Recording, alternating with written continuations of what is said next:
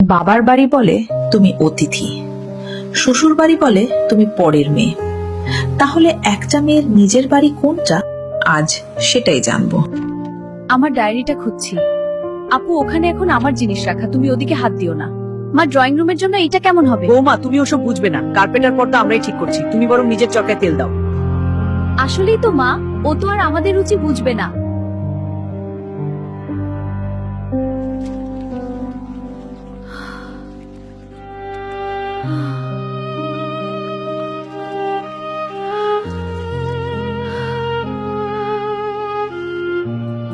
উফ, রাত বিরাতে এসব ড্রামা শুরু করো না তো।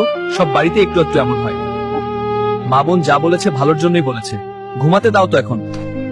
বাবার বাড়ির সেই ছোট ঘরটা একদিন ছিল আমারই ঠিকানা। আজ সেখানে আমি অতিথি, শুধু স্মৃতিরা ডাকে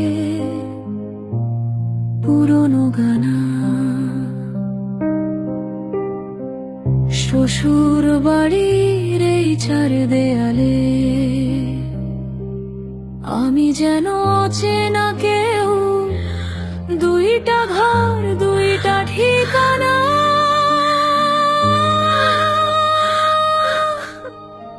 তবু কেন নিজের নয় কিছুই আর, বলতো কেউ মেরে নিজের বাড়ি কোথায় আর।